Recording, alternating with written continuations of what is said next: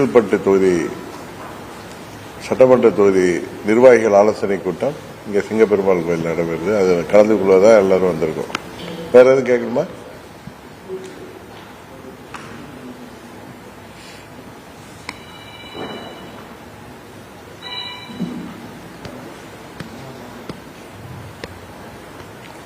எதுவும் கேட்கணுமா?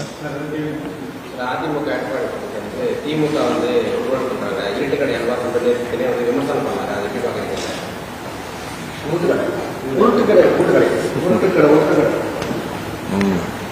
அண்ணன் பழனிசாமியா? அண்ணன் பழனிசாமி தேர்தல் இருக்குதுல, பழனிசாமி ஏதாவது பேசி ஆகணும், அதனால பேசிட்டு இருக்காரு.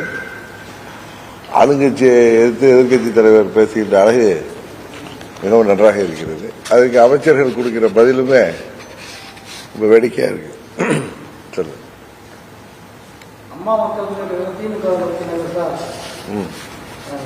திமுக நோக்கி நகருதா?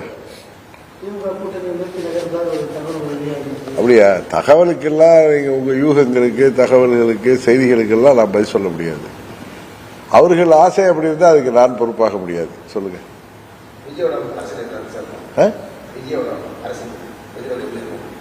நான் ஜோசியரா? எதிர்கால நீங்க தாமு கிட்ட கேட்டீங்கன்னா சொல்லுவாரு, செல்விகிட்ட கேட்டீங்கன்னா சொல்லுவாரு.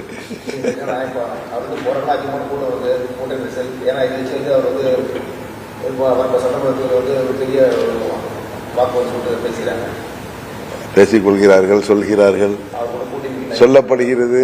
இப்படிலாம் கேட்டா நான் என்ன பதில் சொல்ல முடியும்? இன்னொரு 4-5 மாசம் பொறுத்துருங்க. மே மாதத்தில் தமிழ்நாட்டு மக்கள் உங்களுக்கு பதிலை தருவார்கள்.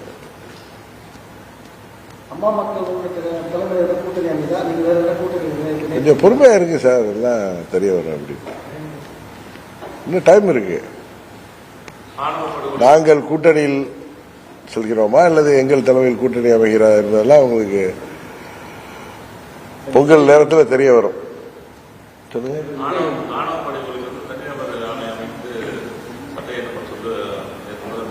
ஆமா, விசாரணை செய்திருக்காங்க. ஆமா, தமிழ்நாட்டில் இப்ப என்னதான் நம்ம கல்வி வளர்ந்திருந்தாலும் பெரியார் அவர்கள் புகட்டிய நீதிகள், அவர்கள் இந்த சமுதாயத்திற்காக போராடிய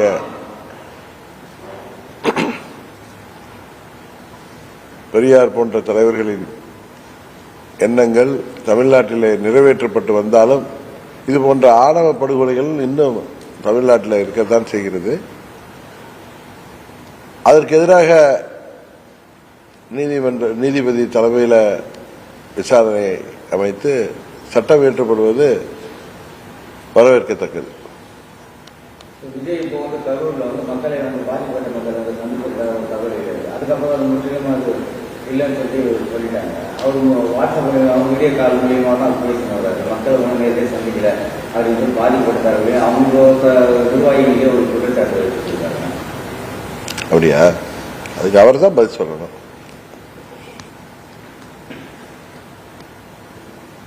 மக்கள் இன்னும் கூட ஒரு வெளியில வராமே வந்து வெளியே பணியிலே இருக்காரு அப்படின்ற மாதிரி இருக்காங்க.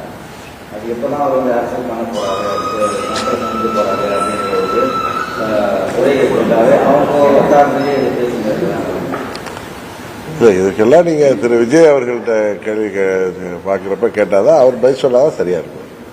விஜய் சம்பவம் நடந்த இடத்துல 30 பேர் இறந்துட்டாங்க, பத்திரிகையாளர் 30 பேர் இறந்துட்டாங்க, நிப்பாட்டு போறீங்க அப்படின்னு கேட்டாங்க.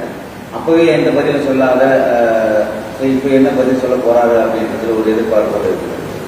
சரி, நான் அவருக்காக நான் எப்படிங்க பதில் சொல்ல முடியும்? இந்த கேள்வியில அவர்கிட்ட கேட்க வேண்டிய கேள்வி தவறான அட்ரஸ்ல கேட்கறீங்க. அவருடையமோ அவங்க கட்சியை சேர்ந்த நிர்வாகிகளிடமும் கேட்க வேண்டிய கேள்வி. இது அம்மா மக்கள் முன்னேற்ற கழகத்திட்ட வந்து கேட்டா நாங்க எப்படி பதில் சொல்ல முடியும்?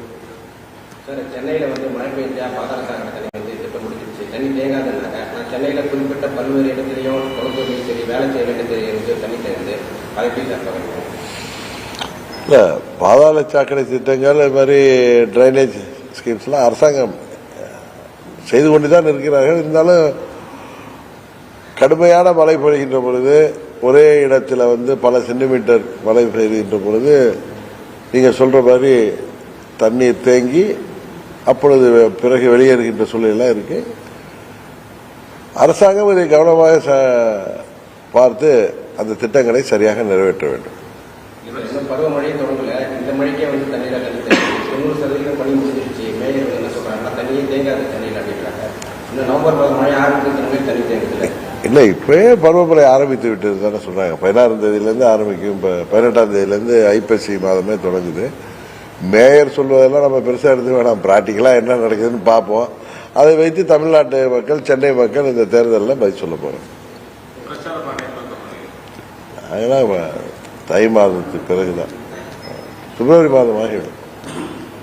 இப்போ தமிழகத்தில் உங்களோட ஸ்டாலின் முகாம் வந்து எல்லா இடத்துல வச்சுருக்காங்க. அது வந்து இந்த நேரத்தில் உங்களோட ஸ்டாலின் எலெக்ஷன் இருக்கிற நேரத்தில் வந்து உங்களோட ஸ்டாலின் சொல்லிட்டு முகாம் வைக்கிறாங்க.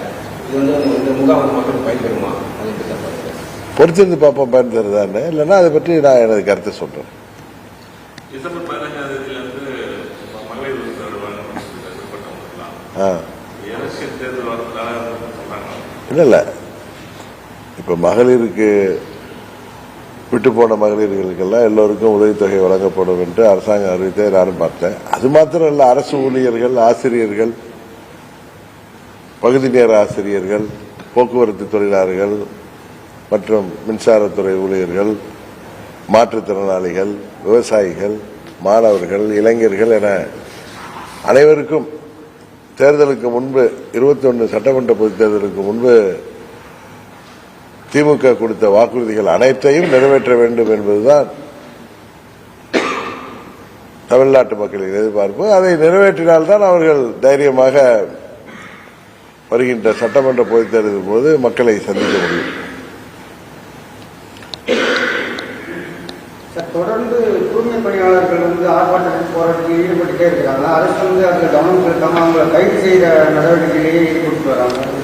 அரசாங்கம் அதை தாயுள்ளத்தோடு அவர்களை அணுகி அவர்களின் கோரிக்கைகளை முடிந்தவரை நிறைவேற்றுவதற்கு முயற்சி செய்ய வேண்டுமே தவிர அவர்களை கைது செய்வது ஒரு சரியான நடவடிக்கையாக யாரும் ஏற்றுக்கொள்ளவில்லை.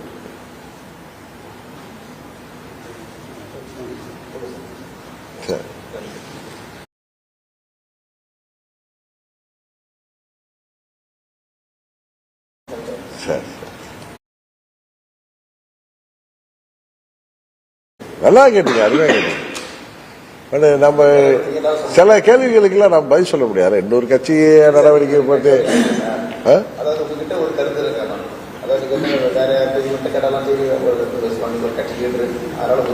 கட்சியில் கேட்க தப்பு இல்ல. நான் ஏதாவது இப்ப அரசாங்கத்தை பத்தி கேட்டீங்க, பதில் சொன்னேன். பழனிசாமி பத்தி பதில் சொன்னேன்.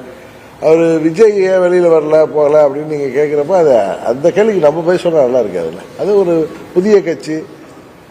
இன்னொன்னு உங்களுக்கு தெரியும், எங்களை விமர்சிப்பவர்களையே நாங்கள் விமர்சிக்காமல் விட மாட்டோம். அதே நேரத்தில் இன்னொரு கட்சியை போய் இன்னொரு தலைவரை பற்றியே தேவையில்லாமல் விமர்சிப்பது அது எனக்கு பழக்கம் இல்லை, உங்களுக்கு தெரியும். அதனாலதான் வேற ஒன்று. பிஜேபி வந்து பின்பற்றி அவங்க அனுப்பிச்சாங்கன்னா இது முன்னாடி போன பின்னாடி வரேன் அப்படின்ற மாதிரி சொல்லுவாங்க. திமுக பற்றியே பேசுங்க, ஆனா எங்களையும் சேர்த்து பேசுங்க. அப்ப இந்த சம்பவத்துக்கு வந்து திமுக தான் குற்றச்சாட்டு சொல்லிட்டாங்க. இதுல பிஜேபியும் பின்பு செயல்பாடு இருக்குது. நீங்க அடிக்கிற மாதிரி அடிக்கிற அழகு மாதிரி கதை வந்து கூட்டுற மாதிரி ஒரு கதை இதெல்லாம் கதைகள் தான். ஆனா எனக்கு தெரிஞ்சவரை விஜய் வந்து அவர் தலைமையில கூட்டணி அமைப்பதற்கு வாய்ப்பு இருப்பதாக தான் நினைக்கிறேன். அவர் தலைமையில் ஒரு கூட்டணி தேர்தலில் போட்டியிடுவதற்கு தான் வாய்ப்பு இருப்பதாக நினைக்கிறேன். அது யாரு கூடனா அது போக போக தான் தெரியும்.